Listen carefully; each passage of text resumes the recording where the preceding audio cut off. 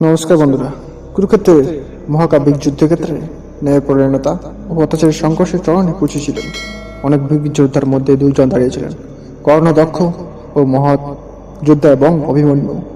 অর্জুনের যুবক সাহসী পুত্র অভিমন্যু তার যৌবন সত্ত্বেও যুদ্ধে অতুলনীয় বীরত্ব ও পরাক্রমের অধিকারী ছিল, অনেকটা তার খ্যাতিমান পিতা অর্জুনের মতো।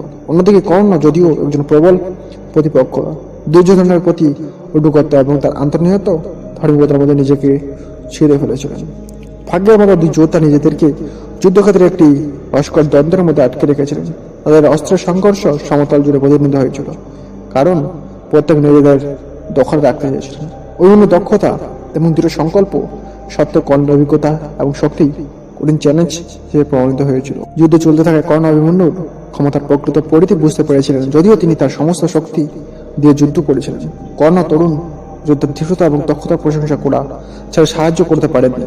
গভীরতা ভাবে তিনি তার প্রতিপক্ষের প্রতি শ্রদ্ধা এবং প্রশংসার অনুভূতি অনুভব করেছিলেন। এমনকি তারা যুদ্ধক্ষেত্রে প্রচন্ড সংঘর্ষে লিপ্ত হয়েছিল। সংযুক্ত অবকাশের মুহূর্তের মধ্যে যখন তাদের তলোয়ারগুলি সংঘর্ষে লিপ্ত হয়েছিল এবং স্ফুলিঙ্গগুলি উড়েছিল, তো কর্ণ নিজেকে অভিমন্যু অডল দৃষ্টির মুখোমুখি দেখতে পেলেন। সেই মুহূর্তে তাদের মধ্যে সহানুভূতি এবং বোঝাপড়া ঝিকিমিকি চলে গেল। দ্বন্দ্বের বিপরীত দিকে থাকা সত্ত্বেও তারা একে অপরের পরাক্রম এবং সাহায্যের জন্য পরস্পরের শ্রদ্ধা ভাগ করে দিয়েছে। যুদ্ধ যখন চূড়ান্ত পর্যায়ে পৌঁছেছিল, উভয় যোদ্ধা মৃত্যুর এক মারাত্মক নৃত্য আবদ্ধ হয়েছিল। কর্ণ এবং ক্ষণস্থায়ী সুযোগটি ব্যবহার করেছিলেন। একটি দ্রুত এবং সিদ্ধান্তমূলক স্ট্রাইক দিয়ে তিনি অভিমন্যুকে একটি মারাত্মক আঘাত করেছিলেন, আর জীবনের প্রথম দিকে তরুণ যোদ্ধাকে করেছিলেন। অভিমন্যু শেষ শ্বাস ত্যাগ করার কিছুক্ষণ আগে কর্ণ ঘনিষ্ঠভাবে ঝুঁকে পড়েছিলেন।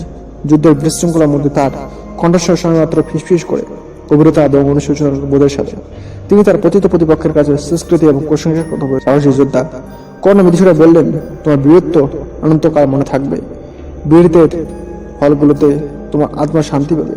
এই শব্দগুলির মাধ্যমে কর্ণ অভিমন্যুর সাহস এবং চেতনার প্রতি শ্রদ্ধা নিবেদন করেছিলেন। এমনকি তিনি একজন যোগ্য প্রতিপক্ষকে হারানোর জন্য শোক প্রকাশ করেছিলেন। সহানুভূতি এবং বোঝার সেই ক্ষণস্থায়ী মুহূর্তে যুদ্ধের বিশৃঙ্খলার মধ্যে এই দুই যোদ্ধা একটি বন্ধন খুঁজে পেয়েছিলেন, যা অনুগত্য এবং শত্রুতার সীমানা অতিক্রম করেছিল। এবং তাই যুদ্ধের হত্যাকাণ্ডের মধ্যে কর্ণ এবং অভিমন্যুর কল্পের প্রতিকূলতার মধ্যেও সাহস, সম্মান এবং সম্মানের স্থায়ী শক্তির প্রমাণ হয়ে উঠেছিল। সো বন্ধুরা, এরকম আকর্ষণীয় ভিডিওতে চ্যানেলটা সাবস্ক্রাইব করে পাশে থাকুন। জয় হিন্দ, বন্দে মাতরম। ভারত মাতা কি জয়।